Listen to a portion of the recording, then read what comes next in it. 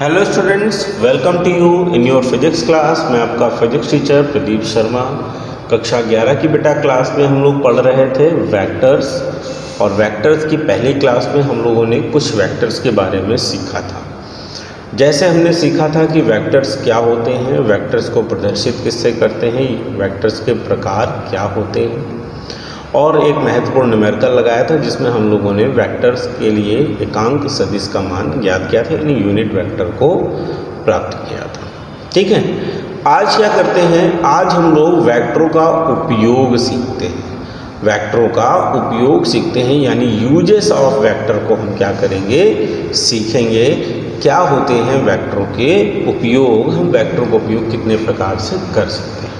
ठीक है, तो देखो भाई, सबसे पहले बात बताई जा रही है उपयोग, यानी वेक्टर के उपयोग। तो वेक्टर्स का हम उपयोग दो प्रकार से करते हैं। नंबर फर्स्ट जो होता है वो होता है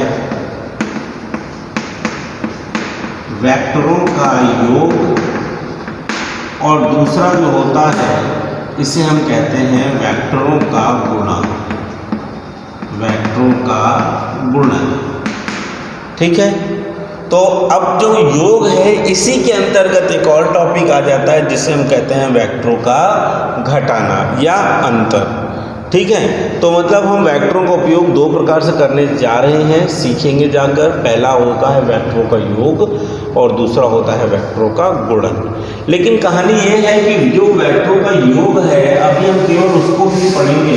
तो ये जो वेक्टरों का योग है ये कितने प्रकार से किया जाता है ना। तो भाई देखो, हम क्या करते हैं, वेक्टरों का जो योग है इसको हम तीन प्रकार से करते हैं। पहली हमारे पास सिंपल सी हो गई है त्रिभुज विधि। पहली जो हो गई है वो है त्रिभुज विधि। दूसरी जो है इसे कहते हैं समांतर चतुर्भुज विधि,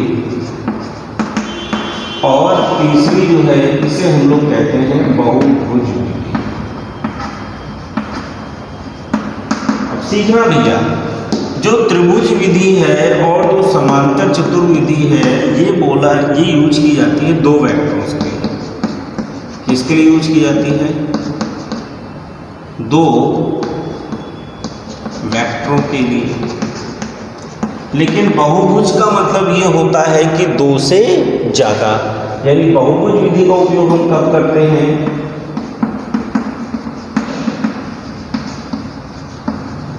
दो से अधिक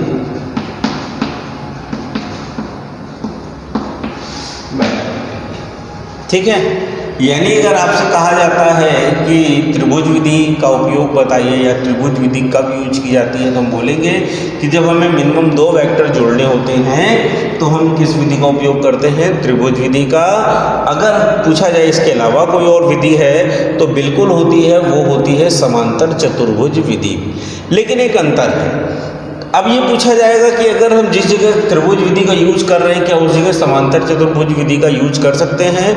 तो हम कहेंगे नहीं। भाई क्यों नहीं कहेंगे, ऐसा क्या चेंज है? क्योंकि दोनों में हम दो वेक्टर्स जोड़ रहे हैं, लेकिन त्रिभुज विधि में हम जो उपयोग कर सकते हैं वो हम समांतर चतुर्भुज विधि में नहीं कर सकते। ऐसा क्यों? तो भाई सुनिए, त्रिभुज विधि में आपको दो वेक्टर जिस पोजीशन पे दिए जाते हैं, आप बिल्कुल उन्हीं पोजीशन से उस दोनों वेक्टर को जोड़ देते हैं। ठीक है, इसमें एंगल मायने नहीं रखता है। जबकि समांतर चतुर्भुज विधि में जब वेक्टरों को जोड़ा जाता है तो दोनों वेक्टरों के बीच में कोई कोण दिया जाता है, तो हम दिए गए कोण पर इसको जोड़ते हैं। और एक दूसरी इंपॉर्टेंट बात बता दें कि जब भी आप वेक्टरों का योग करोगे, एक निश्चित बात समझ लेना कि पहले वेक्टर के सिर से दूसरे वेक्टर का कुछ जुड़न होना चाहिए। अगर ये कॉम्बिनेशन नहीं है तो आप उसका योग नहीं कर रहे हैं। याद रखिएगा, अगर ये कॉम्बिनेशन नहीं है तो योग नहीं करते हैं। मतलब पहले वेक्टर के सिर से दूसरे वेक्टर के पुच्छ का जुड़ा होना आवश्यक है। ठीक है, बात समझ में आ गई? चलिए आइए हम फिर चलते हैं सबसे पहले त्रिभुज विधि के पास।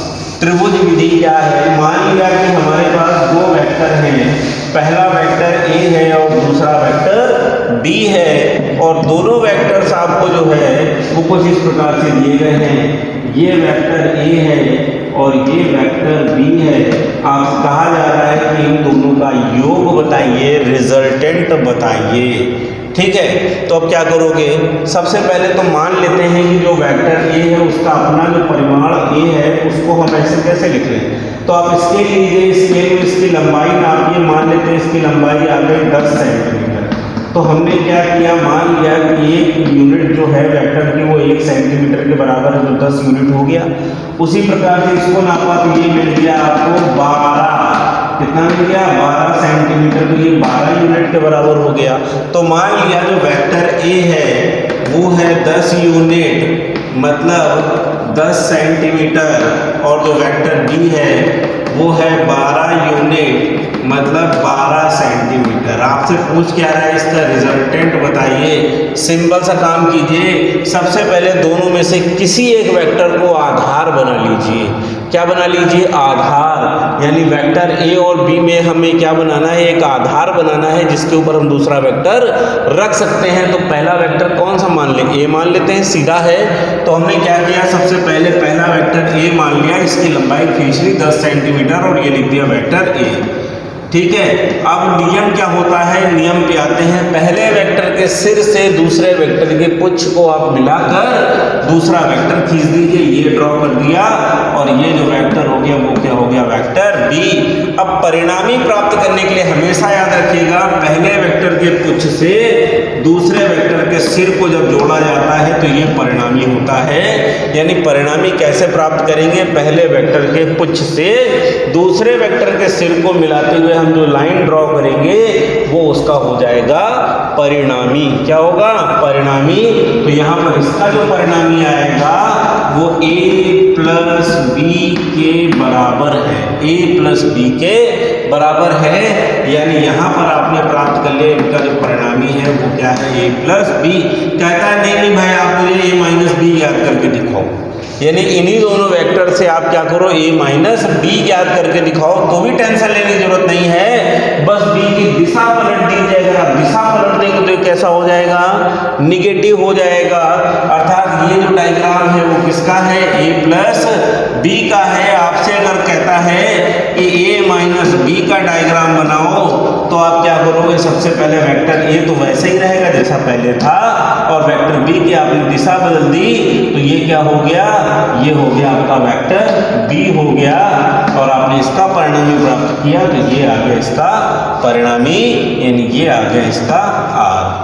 ठीक है, तो ये क्या हो गया? इसे हम लोग कहते हैं कि हमने इसको घटा दिया है, हमने इसका अंतर ज्ञात कर लिया है। इसमें हमने क्या ज्ञात किया था? इसका योग ज्ञात किया था। बात समझ में आ गई कि नहीं आई? ठीक है, तो आज हम लोगों ने एक छोटी सी बात पढ़ी है, और वो पढ़ा है हम लोगों ने वेक्टरों का योग करना, और उसमें से एक विधि पढ़ी और वो पढ़ी है त्रिभुज विधि। तो मिलते हैं अगली अपनी क्लास में जिसमें हम लोग इसकी चतुर्भुज विधि को भी पढ़ेंगे। ठीक है, बाय।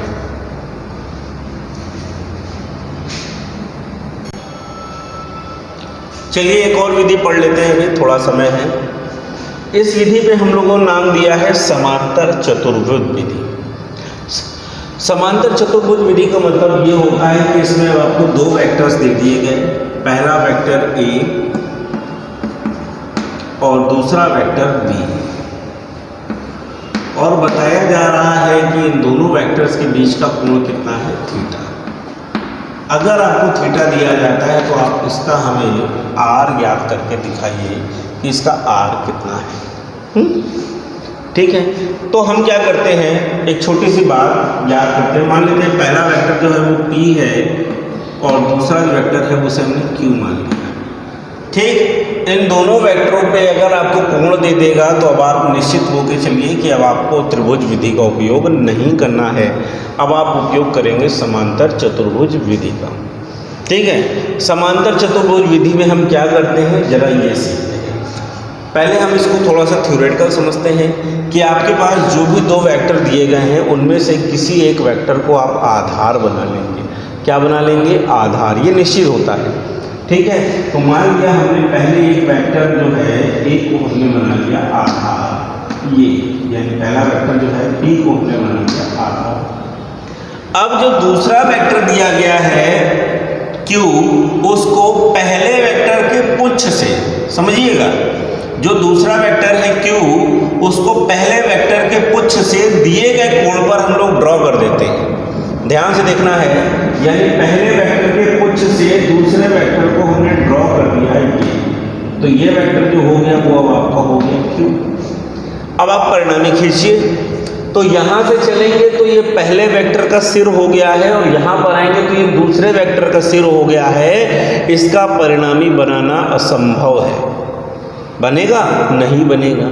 अब क्या करेंगे, ऐसे वेक्टर्स का परिणामी कैसे बनाएंगे उसको हम किस प्रकार करते हैं जरा ये सीखते हैं, यही इंपॉर्टेंट है। तो पहली बार जो दो वेक्टर दिए थे उनको आपने कितने एंगल पे जोड़ा है अभी? Theta angle. कितना एंगल पे जोड़ा है अभी? थीटा एंगल पे।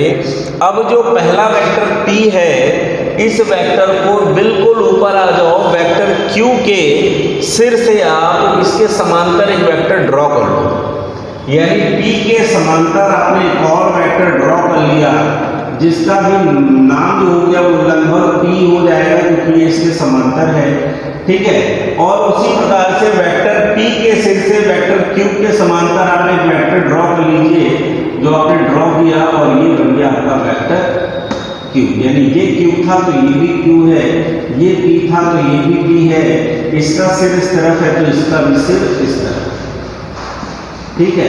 अब अगर ध्यान से देखो तो ये हो गया पहला वेक्टर, ये हो गया दूसरा वेक्टर। अब अगर पहले वेक्टर के पुच्छ से दूसरे वेक्टर के सिर को मिला दोगे तो क्या बन जाएगा? परिणामी। क्या बनेगा? परिणामी। तो हमने भी वही किया, पहले वेक्टर के पुच्छ से और दूसरे वेक्टर के सिर को मिला दिया तो ये बना लिया हमने परिणामी यानी r, ठीक है। अब क्या करेंगे, अब करना यह है कि इस परिणामी का मान हम कैसे प्राप्त करेंगे। तो इस परिणामी का मान प्राप्त करने के लिए हम छोटा सा काम करते हैं। पहले तो हम क्या करते हैं, इस जो त्रिभुज दिया था इससे हमने जो बनाया ये बन गया एक चतुर्भुज, और इस चतुर्भुज का नामकरण करेंगे a b c और ये बन गया d, ठीक। अब हमें सबसे पहले रिजल्टेंट यानी r का मान ज्ञात करना है, तो उसके लिए क्या किया जाए, कुछ नहीं करते हैं, सिंपल सा एक काम करो कि बिंदु C से, ठीक है, पहले हम क्या करेंगे, AB रेखा को आगे बढ़ाएंगे, AB रेखा को हमने क्या किया, आगे बढ़ा लिया, ये है, और बिंदु C से एक लंब डाल दिया इस लाइन पर। अब ये जिस बिंदु पर आया है उसको हमने मान लिया M, क्या मान लिया M, ठीक। थोड़ी सी रेखा गणित का उपयोग हम ज़्यादा करने जा रहे हैं, इसलिए आप बहुत ध्यान से देखिएगा। तो अब अगर हम देख रहे हैं तो यहाँ पर ये एक समकोण त्रिभुज बन गया है, और समकोण त्रिभुज आपको यहाँ से बनता हुआ दिखाई दे रहा है। इस समकोण त्रिभुज में ये जो हो गया है वो आपका हो गया है लंब, और ये जो हो गया है वो आधार, और ये जो हो गया है वो कर्ण। तो पाइथागोरस की प्रमेय याद करो, क्या लिखेंगे, पाइथागोरस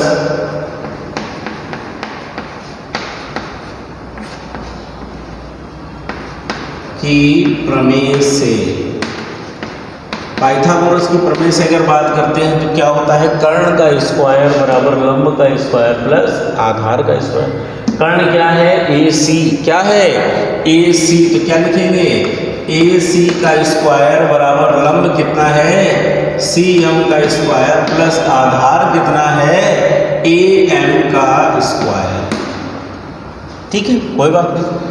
अब लेकिन जरा देखो, इसका आधार जो है वो दो टुकड़ों में है। पहला जो AM है वो AB प्लस BM को जोड़ के बना है, तो हम यहाँ लिख सकते हैं, क्या लिख सकते हैं, AM जो है वो AB प्लस BM को जोड़कर बना है, अर्थात ये मान अगर आप इस पर रखेंगे तब आप क्या लिखेंगे, तब आप लिखेंगे AC का स्क्वायर बराबर CM का स्क्वायर प्लस में AB प्लस BM का होल ऑफ स्क्वायर। अब इसका होल ऑफ स्क्वायर ब्रेक करो तो क्या आएगा, AC का स्क्वायर बराबर CM का स्क्वायर प्लस AB का स्क्वायर प्लस यहाँ पर क्या आ जाएगा,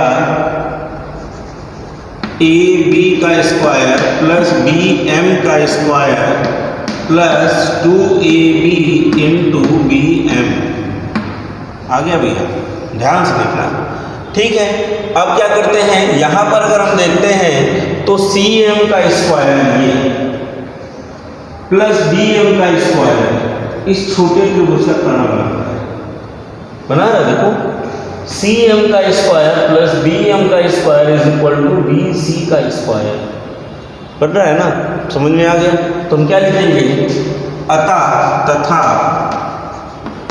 CM का स्क्वायर प्लस BM का स्क्वायर, CM का स्क्वायर प्लस BM का स्क्वायर इक्वल क्या बनाएगा, इक्वल बनाएगा BC का स्क्वायर। उठा के रख दो, तब AC का स्क्वायर इज इक्वल टू आपको क्या मिल गया यहाँ पर, AB का स्क्वायर प्लस BC का square plus 2AB dot BM। अब देखो AB पता है, BC पता है, देखो ना, ठीक है, प्लस AB पता है, फिर से बचा केवल BM। तो BM के लिए ये तो हमें वैल्यू पता ही है भैया क्या है, ये जो वैल्यू है वो क्या है, BC है, और इसका मान आपको ज्ञात करना है, दोनों बीच का कोण कितना है, कितना ये। तो ये एक त्रिभुज बन गया, और इस त्रिभुज का नाम क्या है, इस त्रिभुज का नाम है BMC। दिख रहा है, तो क्या लिखेंगे, समकोण त्रिभुज, समकोण त्रिभुज BMC में, ठीक है। ये है आधार और ये है कर्ण। तो आधार और कर्ण में हम एक ही रिलेशन लगाते हैं, आधार बटे कर्ण इक्वल कॉस थीटा। यहाँ पर भी क्या आ जाएगा, cos theta is equal to आधार बटे कर्ण यानी BC। किसका मान ज्ञात करना था, BM इक्वल क्या हो गया, BC कॉस थीटा। ठीक है, ये मान उठाकर हम क्या करेंगे, इस समीकरण 1 में रखेंगे। तो लिखेंगे ना, क्या लिखेंगे, BM बराबर BC कॉस थीटा, BM बराबर BC कॉस थीटा रखने पर जब आप रखेंगे तो यहाँ पर क्या था, AC का स्क्वायर इक्वल AB का स्क्वायर प्लस BC का स्क्वायर प्लस 2AB इंटू में क्या आ जाएगा, यहाँ पर BM था, BM की जगह आएगा BC कॉस थीटा। चलिए आइए रखते हैं, तो AC किसके बराबर है, वेक्टर R का स्क्वायर इक्वल, ठीक है, AB किसके स्क्वायर बराबर है, वेक्टर P का स्क्वायर, BC वेक्टर Q का स्क्वायर प्लस 2AB यानी 2 वेक्टर P इंटू में वेक्टर Q इंटू में कॉस थीटा। देखो बता रहा है ना, एंगल दिया होगा। तो vector R is equal to हमने निकाल लिया अंडर रूट के अंदर वेक्टर P का स्क्वायर प्लस वेक्टर Q का square plus 2 vector P vector Q into में कॉस थीटा। ये है आपका इन दोनों का परिणामी, जिसमें आपको देखो हमने कितनी चीजें दी थी, 3 ही चीजें दी थी। पहले तो दोनों वेक्टर दिए थे और फिर उनका कोण दिया था। इस तरह से अगर आपको दोनों वेक्टर और उसके कोण दिए जाएंगे तो आप क्या करोगे, उनका परिणामी प्राप्त कर सकते हो इस विधि से। ठीक है, स्क्रीन पॉज करके इसे बहुत अच्छे से पढ़ना है, क्योंकि इस चैप्टर में आपका सबसे इम्पोर्टेंट जो है वो एडिशन यही है। इससे लगभग आप 30% न्यूमेरिकल अपने बुक के लगा सकते हैं। कॉपी कीजिए फटाफट।